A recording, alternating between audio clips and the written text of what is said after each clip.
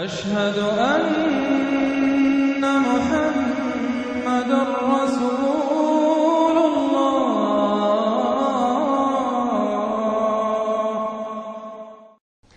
اب جو دو صورتیں آ رہی ہیں ان کا سارا تعلق کلیتاً محمد الرسول اللہ کے ساتھ ہے۔ یہ سیرت النبی کے اعتبار سے بھی بہت اہم ہیں دو صورتیں۔ بعض اعتبار سے جو صوفیانہ اس میں مسائل آئے ہیں، اور عام طور پر ہمارے مفسرین، ایسے مفسرین خصوصاً جدید دور کے کچھ ریشنلسٹ قسم کے لوگ، وہ تو ان مطالب کی گرد کو بھی نہیں پہنچے۔ ہمارے جو پرانے مفسرین ہیں، چونکہ ان کا ذوق جو ہے وہ ان کے اندر، وہ ذوق بھی اندر ہے موجود ان کے اسلام کے اور دین کے باطنی حقائق، قرآن کے باطنی حقائق کا، تو میں اس کے حوالے سے چند چیزیں آپ کو بتاؤں گا۔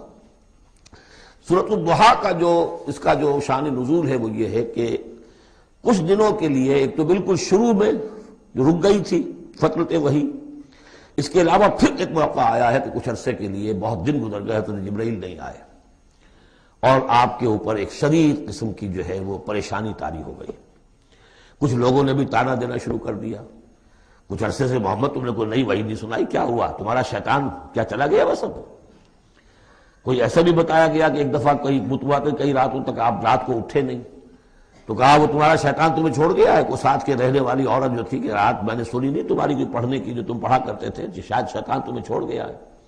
خود آپ کو جس قدر ایک اشتیاق رہتا تھا کہ وہی آئے اور آپ کی وہ روح کو جو ہے مزید اور غذا اور تر و تازگی جو ہے وہ مسلسل ملتی رہے، اس کی وجہ سے یہاں تک آتا ہے کہ حضور فرماتے ہیں کہ اس درجے میں رنج اور غم میں تھا کہ میں سوچتا تھا کہ میں پہاڑ کے اوپر چڑھ کر اپنے آپ کو گرا دوں۔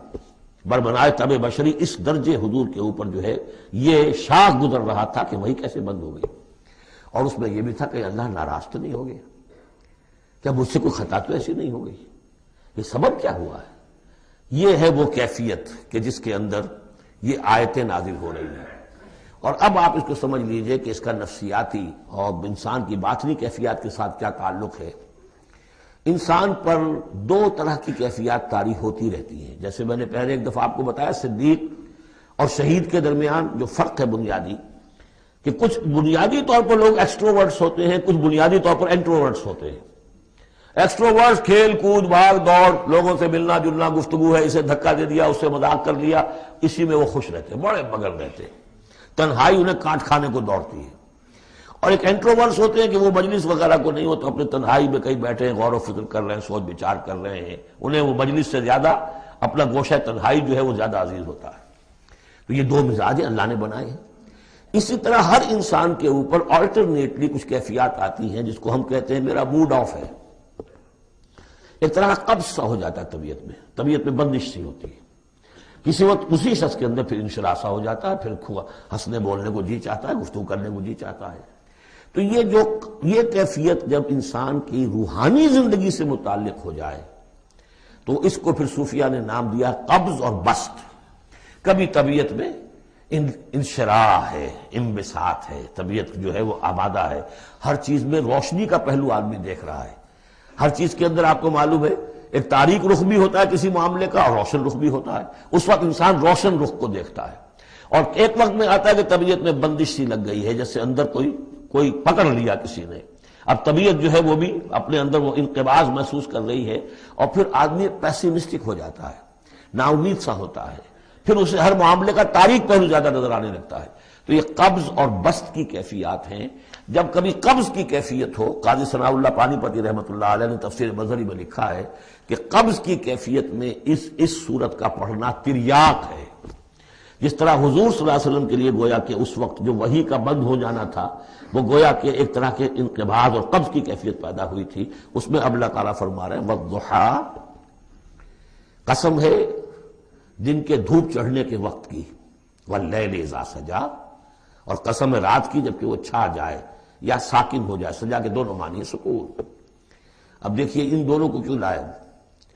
اس لیے کہ صبح ہے، حرکت ہے، برکت ہے، چلنا ہے، دوڑنا ہے، ہر شخص جا رہا ہے، ادھر جا رہا ہے ادھر جا رہا ہے۔ رات کو سکون ہو گیا، تاریکی چھا گئی اور شور ہنگامہ ختم ہو گیا۔ لیکن یہ رات اور دن دونوں ضروری ہیں انسان کے لیے۔ یہاں کا نظام چلانے کے لیے اگر رات ہی رات ہوتی تب بھی یہ دنیا نہ چلتی، اور دن ہی دن ہوتا تب بھی نہ چلتا۔ تو رات بھی ضروری ہے۔ اسی طریقے سے نفس انسانی کے لیے کبھی کبھی قبض کا وقفہ بھی ضروری ہے۔ آپ اسے یہ نہ سمجھیں کہ اللہ تعالیٰ ناراض ہو گیا، یہ بھی ہماری تربیت کا ایک یوں سمجھیے کہ ایک جز ہے۔ ما ودعک ربک وما قلی، آپ کے رب نے آپ کو رخصت نہیں کیا ہے، نہ ہی وہ آپ سے ناراض ہوا ہے۔ وللآخرۃ خیر لک من الاولی، اور اس کے بعد جو وقت آئے گا اس قبض کے بعد وہ پہلی سے بھی بہتر ہوگا۔ اور میں حیران ہوتا ہوں کہ کیسے غالب نے وہ بات کہی ہے کہ جو بالکل ترجمانی ہے اس کی، رکتی ہے میری طبع تو ہوتی ہے رواں اور، یعنی یہ کہ جب میری طبیعت کے اوپر کبھی کبھی رکاوٹ سی آ جاتی ہے، اب شعر جو ہے اچھے نازل نہیں ہو رہے، لیکن جب وہ رکاوٹ سے میں نکلتا ہوں، اس قبض سے نکلتا ہوں، رکتی ہے میری طبع تو ہوتی ہے رواں اور، اس لیے کہ اس قبض کے بعد جب مرحلہ آتا ہے انبساط کا اور انشراح کا تو وہ ایک قدم آگے ہوتا ہے آدمی، اس پہلی کیفیت سے ایک درجہ جو ہے اس کا بڑھ چکا ہوتا ہے۔ وَلَلْآخِرَةُ خَيْرٌ لَكَ مِنَ الْأُولَىٰ، یقیناً پچھلی ہر گھڑی، ہر ساعت اور ہر قبض کے بعد آنے والا انبساط آپ کے لیے پہلے سے اونچا درجہ لے کر آئے گا۔ وَلَسَوْفَ يُعْطِيكَ رَبُّكَ فَتَرْضَىٰ، ان قریب آپ کا رب آپ کو اتنا کچھ دے گا، اتنا کچھ دے گا، آپ کی محنتوں کے وہ نتائج سامنے آئیں گے کہ آپ راضی ہو جائیں گے۔ اب دیکھیے پچھلی صورت ختم ہوئی تھی وَلَسَوْفَ يَرْضَىٰ، یہاں ہے وَلَسَوْفَ يُعْطِيكَ رَبُّكَ فَتَرْضَىٰ، صرف ضمیر کا فرق ہے، کیونکہ صدیق پر وحی نہیں آتی براہ راست خطاب نہیں کیا جا سکتا، وہاں وہ صیغہ جو ہے وہ غائب کا ہے، وَلَسَوْفَ يَرْضَىٰ، اور چونکہ نبی وہ ہے جس پر وحی آ رہی ہے، براہ راست مخاطب ہے، تو وَلَسَوْفَ يُعْطِيكَ رَبُّكَ فَتَرْضَىٰ، آپ کا رب اتنا کچھ دے گا کہ آپ راضی ہو جائیں گے۔ اب یہ کہ اسی قبض کی حالت میں پھر اللہ تعالیٰ اپنے احسان جتا رہا ہے، اور یہ بہترین ہے۔ کبھی طبیعت پر ڈپریشن ہو اس طرح کی اور قبض کی کیفیت ہو تو آدمی یاد کرے کس کس مرحلے پر اللہ نے میری دستگیری فرمائی، کن کن مراحل پر اللہ تعالیٰ نے مجھے مشکلات سے نکالا، اس سے وہ حوصلہ بڑھتا ہے۔ اور اس کو بھی سمجھیے کہ اسی انداز میں الم یجد کا یتیما فآویٰ، یہ سیرت النبی کے بڑے اہم حصے ہیں جو اس میں آ گئے ہیں۔ آپ کی پیدائش یتیمی میں، پوسٹیومس چائلڈ، باپ تو پہلے فوت ہو چکا ہے، دادا ہے 2 سال کی عمر میں وہ بھی گئے، پھر 6 سال کی عمر نہیں 6 سال کی عمر میں والدہ گئی، 8 سال کی عمر میں دادا گئے، اور وہ یعنی جو آپ نے دیکھا ہے ابتدائی زمانہ زندگی کا تو وہ یتیمی کا۔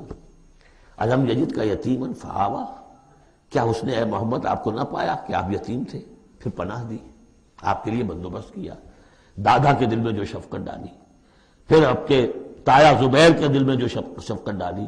بدقسمتی سے ہماری تاریخ میں چونکہ بہت زیادہ عمل دخل رہا اہل تشیع کا، تو عبد المطلب کے بعد فوراً ابو طالب کا نام آتا ہے، حالانکہ یہ غلط ہے تاریخی اعتبار سے۔ عبد المطلب کے بعد کافی عرصے تک زبیر جو آپ کے تایا تھے وہ سرپرست تھے، پھر ان کے انتقال کے بعد ابو طالب کا معاملہ آیا، لیکن ان کو بیچ میں سے غائب کر دیا گیا ہے۔ بہرحال اللہ تعالیٰ جو بھی کسی کے دل میں ڈالتا ہے، آخر ابو طالب کے دل میں محبت ڈالی تو کس نے ڈالی؟ وہ ہم پڑھ چکے ہیں سورہ طٰہٰ میں، وَأَلْقَيْتُ عَلَيْكَ مَحَبَّةً مِّنِّي، حضرت موسیٰ علیہ السلام کی موہنی صورت کے اوپر اللہ تعالیٰ فرماتے ہیں ہم نے اپنی محبت کا پرتو ڈال دیا کہ تمہیں دیکھنے کے بعد وہ قتل کرنے کے ارادے سے باز رہ گئے، ان کے ہاتھ شل ہو گئے، ایسی موہنی صورت اسے قتل کرنا۔ وَأَلْقَيْتُ عَلَيْكَ مَحَبَّةً مِّنِّي وَلِتُصْنَعَ عَلَىٰ عَيْنِي، یہ ہوا ہے۔ تو فرمایا الم یجد کا یتیما فآویٰ ووجدک ضالا فہدیٰ، اور پھر جب آپ شعور کی پختگی کو پہنچے اور غور و فکر کا مرحلہ آیا، حقائق میں انسان کو سوچ بچار کا مرحلہ آیا، اور آپ کو دیکھا کہ آپ تلاش حقیقت میں سرگرداں ہیں تو ہدایت دی۔ وہ آگے آ جائے گا، بہت قریب پہنچ گئے ہم، اقرأ بسم ربک الذی خلق، وہ مرحلہ جب آئے گا۔ ووجدک عائلا فاغنیٰ، اور پایا آپ کو تنگ دست تو غنی کر دیا۔ کس طرح سے راستہ پیدا کیا ہے خدیجہ الکبریٰ رضی اللہ تعالی عنہا نے، جو بھی ان کے آپ کے محاسن دیکھے کتنی گرویدہ ہوئی ہیں، بڑے بڑے سردار قریش کے جو ہے ان سے نکاح کے خواہش مند تھے، انہوں نے خود جو ہے اپنی لونی کے ذریعے سے پیغام دیا ہے حضور کو، تو یہ ساری چیزیں جو ہے ان کی ساری دولت جو ہے وہ پوری کی پوری انہوں نے لا کر حضور کے قدموں میں ڈال دی ہے۔ وَوَجَدَكَ عَائِلًا فَأَغْنَىٰ فَأَمَّا الْيَتِيمَ فَلَا تَقْهَرْ، تو اے نبی تقاضے ان تینوں چیزوں کے کیا ہیں؟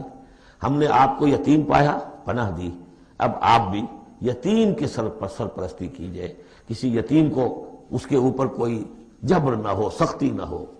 وَأَمَّا السَّائِلَ فَلَا تَنْهَرْ، اور آپ جب کہ تلاش حقیقت میں سرگرداں تھے تو ہم نے آپ کو ہدایت دی اسی طریقے سے اب آپ کو بھی کوئی شخص سائل بن کر آپ کے پاس آئے، سوال کرے، اسے جھڑکنا نہیں ہے۔ اسے جو بھی سائل دونوں طرح کے ہوتے، سوال کرنے والا کوئی علمی سوال اور سوال کرنے والا کوئی مالی مدد کے لیے۔ وَأَمَّا بِنِعْمَةِ رَبِّكَ فَحَدِّثْ، اور جو ہدایت تمہیں دی ہے ہم نے، اب اسے عام کرو۔ یہ نعمت ہے، آپ کے رب کا انعام ہے، یہ ہدایت جو آپ کو عطا ہوئی ہے، اس کو بیان کرو۔ اس کے بیان کرنے میں یہ بھی ہے کہ اللہ کے انعامات کا چرچا انسان کرے، اس کا شکر ادا کرنے کے لیے، اور یہ بھی ہے کہ اس کو پھیلائے اور عام کرے، دوسروں تک پہنچائے، ورنہ وہ بخل ہو جائے گا کہ وہ دولت جو ہے ہدایت کی، اس کو آدمی صرف اپنی ذات تک محدود رکھے اور اس کا جو خیر ہے وہ دوسروں تک نہ پہنچائے۔